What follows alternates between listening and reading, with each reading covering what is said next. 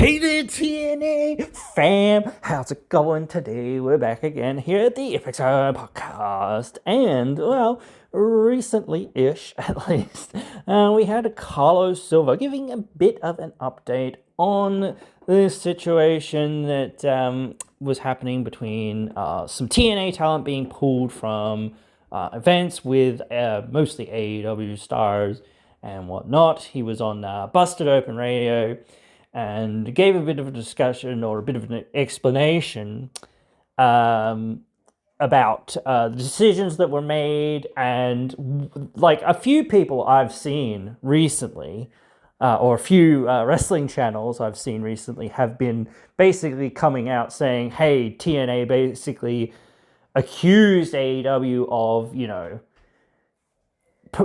not permitting them to use different arenas and trying to do all sorts of different things like that. Among this interview, he didn't actually say it was AEW, but obviously that is the implication there, being, hey, we were just talking about AEW, and Carlos said, hey, well, we made this decision not, and it wasn't just because of this. I want to make that very clear to some people as well. It was part thereof of the decision that they made. It was a factor in the decision that they made.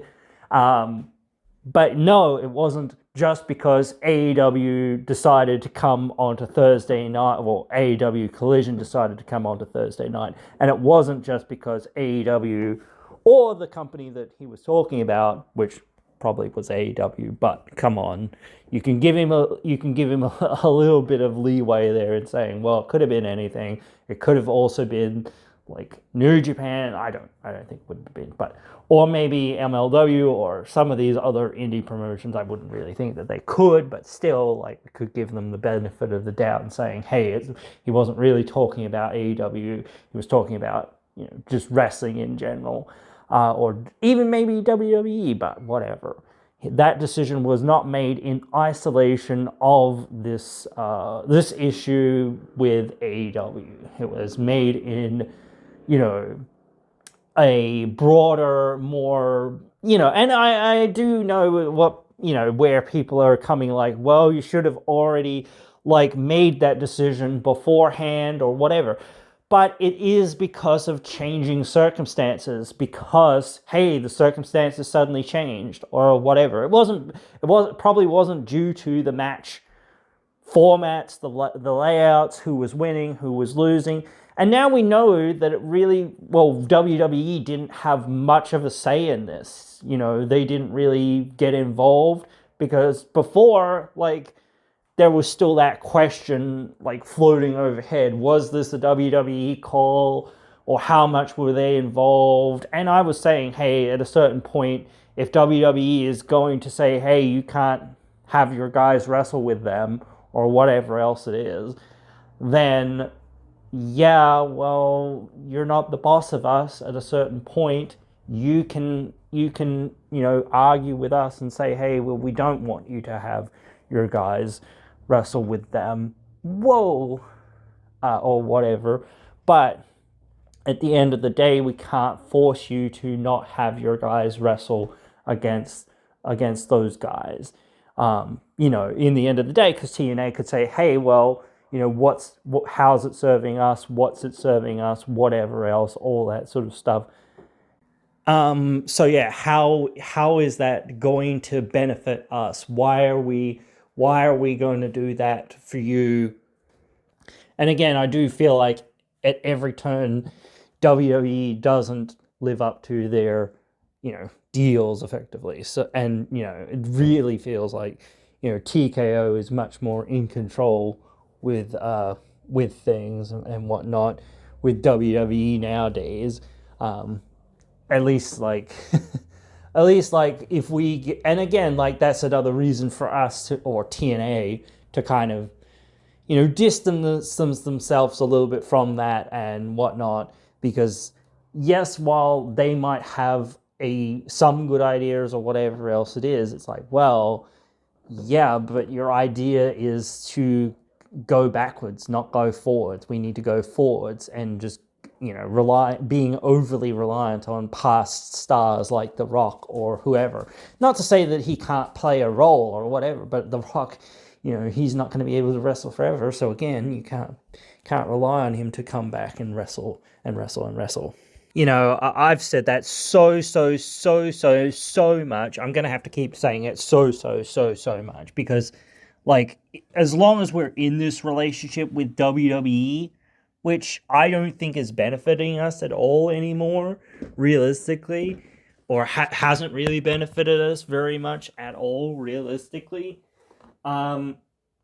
is something that I would say, hey, let's just nip that in the bud, or let's move on from that, or,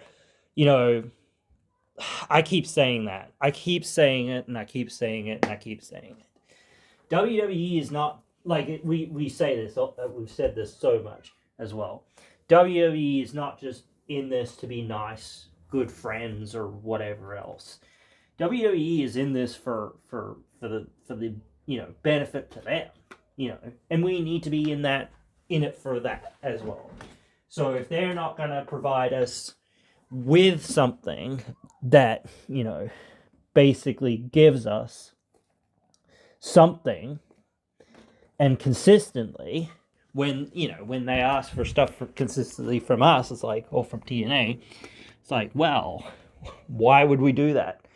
Why would we, pull our wrestler, as I said, I don't know whether you can believe that, statement of Carlos. But from what he has said, at least, like, he said, hey, no, it was my decision, it was our decision.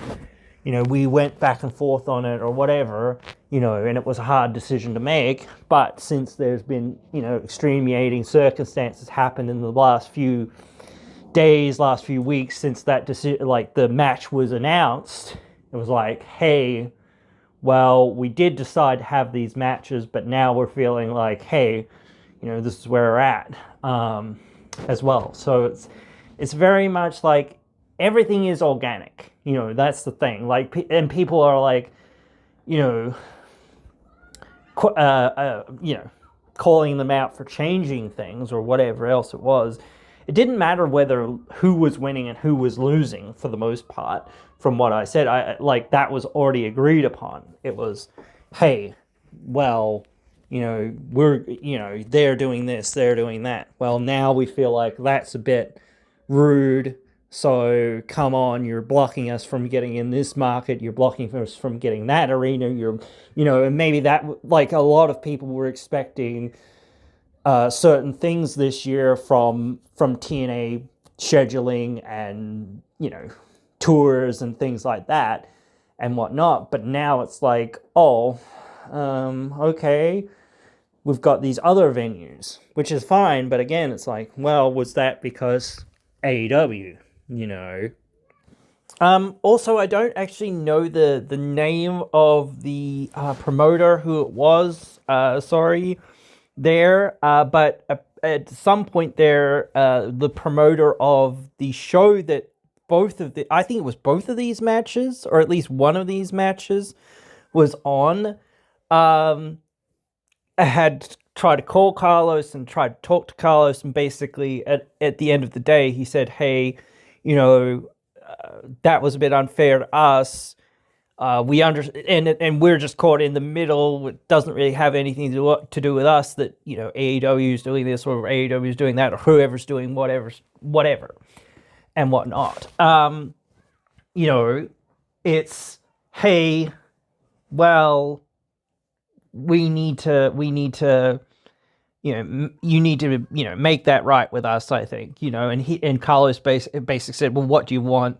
And he said, reimbursement for flights and this and that and whatever else it is, because it was promoted and then we had to pay for this and yada, yada, yada.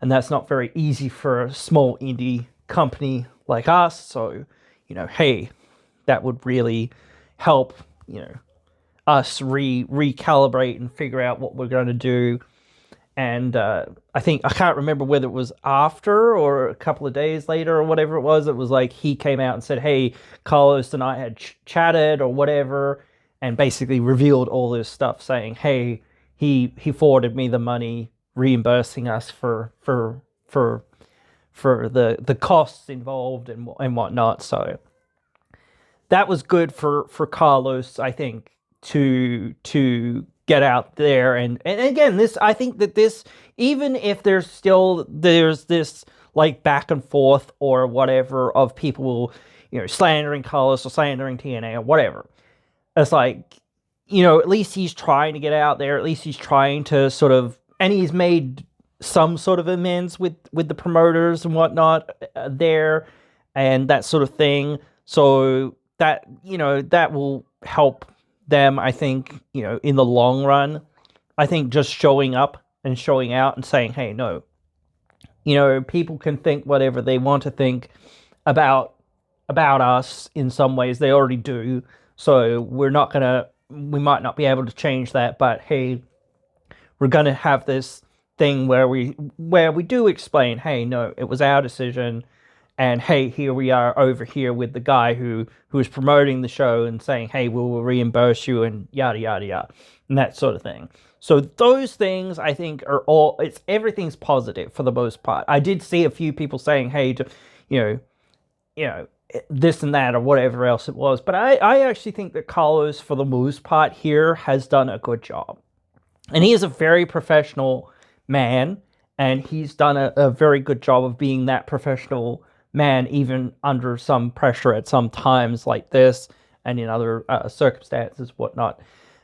Certainly, and I can understand, like, it's the same thing. It's like him saying somewhere in there, he doesn't like being called a little bitch cuck or whatever the fuck it was that he gets called or whatever the heck it is. He doesn't like that. Obviously, he wouldn't like that, but hey, he deals with it. He realizes, hey, people are mad about this. We've tried to explain it. We've tried to say, hey, look, we're trying our best to deliver things that people want to see, and unfortunate that we couldn't deliver it, and we were just like having issues with this other company and this other promotion. This has nothing to do with the event that they were going to and all this other stuff. So yeah, like trying to make amends with the promoter and the fans and whatnot is a huge deal. But yeah, so I wanted to come on and have a bit of a discussion about that, because I did feel like before I was sort of still in that camp of like, well, we don't know. We need more details to come out, and here they came out, which is good, because again, even if again you think, oh, these, this isn't true or whatever else, but at least there's the explanation. At least there's this whole stuff coming out about, hey, TNA and Carlos reimbursed the promoters and whatnot for the matches that they pulled their wrestlers from, and at least there is some level of explanation of saying, hey, this is why the ultimate decision came down to it. It wasn't just one thing or this thing or that thing. It was like several things all lining up in a row. We had already decided what was going to go down, who was going to win, whatever else, all this stuff. But that didn't eventuate because of these other circumstances. So we're sorry that fans got excited or bought tickets specifically to see this or whatever else it was. But hopefully one day, maybe, you never know, you'll get to see it. So you never know. But still, and again, TNA could work with AEW in the future. I hope that TNA can reach out to AEW and Tony Khan and whatnot and say, hey, look, despite the issues, we might work together again in the future, because they've had just as many issues with AEW as what they've had with WWE and with AFL, with NFL rather, and other sports and things like that. So like, there shouldn't be any bad blood. There should be and that's what I've always been saying. I've always been saying, hey, we're not here to be bad blood people and go after AEW or whatever. No, we're not here for that, bro. We're not here for a war. We're not here for calling them pieces of shit or whatever else it is or whatnot. No, we will recognize when they're doing good things because, again, like some wrestlers from TNA go there and they do good things. Not very often, but again, like some of them do good things over there. Or they try to work with them or try to give them something to work with or whatnot. So it's like, yeah, okay, we'll give you some props for good things, but we will give genuine criticism for bad things, and that should be the same for TNA. And I do that. I don't just praise TNA and love TNA and everything that they do, but again, it's like, well, we've got to try to say, hey, how can we better this? How can we better this? How can we better this? And we are outside the company and they are inside the company, but this is our perspective as fans or as the viewer or as the consumer saying, hey, this is what we think about the show. Hey, listen to us because we are the people tuning in every week to see what there is to see. And like it doesn't need to be shown to us like as I said before, like if you know what you're doing and you're going, okay, this is our person that's going to challenge at this point. Okay, cool. Or this is our next big story or whatever. Okay, cool. We don't need to know that. You just need to show us that and then get there at a certain point. Land the plane and, or whatever. It doesn't need to be a title change or whatever. It just needs to be the match is going to happen at this point, at this time, for these reasons, and it's going to be like, or whatever. It's going to be this fatal 4-way or fatal 5-way or whatever it's going to be. There's going to be multiple players, or it's just going to be between these two, or it's going to be between these other two, or maybe whatever. Who knows? So there's a lot of stories going in, a lot of stories coming out. A lot of guys here who, are on that, theoretical, not Mount Rushmore, but like that theoretical, like current Mount Rushmore kind of thing of like, these are our current crop, so, yeah. But yeah, no, guys, like, I really think, like, again, you look at this sort of stuff, and I do think, like, I think it was the right decision to go out there and say, hey, this is the situation, let's explain it. You have to do damage control. You have to do damage control. You cannot let these things, go on unchecked and people, theorizing and commenting and not really having the full picture or, even at least like, again, your own curated version of the story. This is our version of the story and we're sticking to it. Okay, cool. At least that's your version of the story that you're putting out there into the world. And now people can, maybe they're still going to be mad, but, at least they can be like, well, maybe I can understand, maybe, or whatever, that sort of thing. So, and it is a bit about that song and dance or that back and forth sometimes. And it shouldn't just be,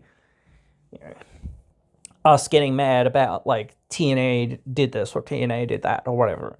No, they were upset about like what AEW did or what somebody else did or whatever else it was. So it was like, hey, and I'm sure they're not happy with like, and it's crazy. It's so crazy that MJF is like talking more about like Nick Nemeth than he is talking about like Darby Allin who beat him for the title or whatever. So, but yeah, I don't know.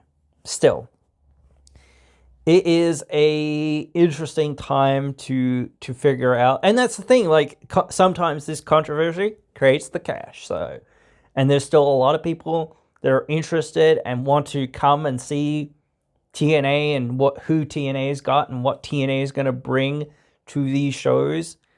But you always need to have like as many different things, different teams, different individuals, whatever else it is, feeling like they are the thing, they are the attraction that I will pay to see when they come to town. Not just the Hardys, not just, whoever, Nick Nemeth or AJ Francis or Mike Santana or Steve Macklin or whatever, whoever, whatever, all that sort of stuff. You need to say, okay, let's figure out how we can make Sinner and Saint or whoever, or Leon's like one of the other drawers, I guess, but whatever.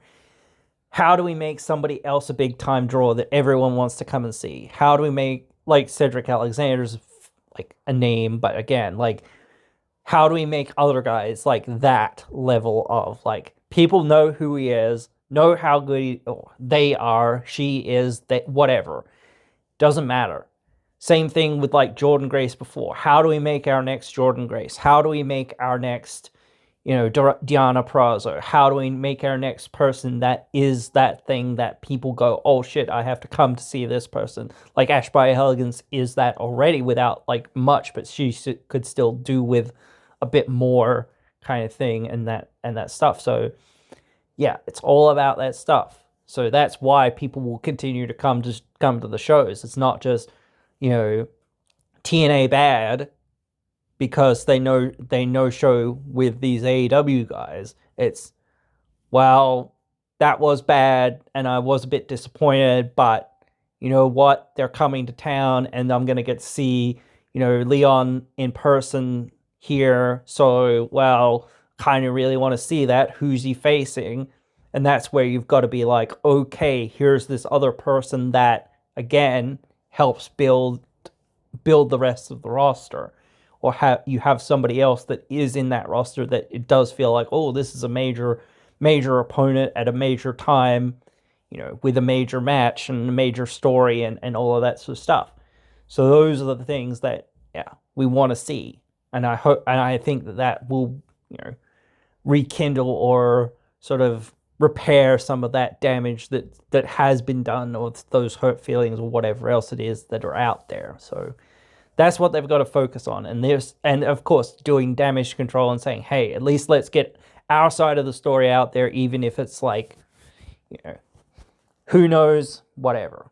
But yeah, it's better to get your version of the story out there and say, hey, this is where we're at and this is why, than just having people not knowing your version of the story.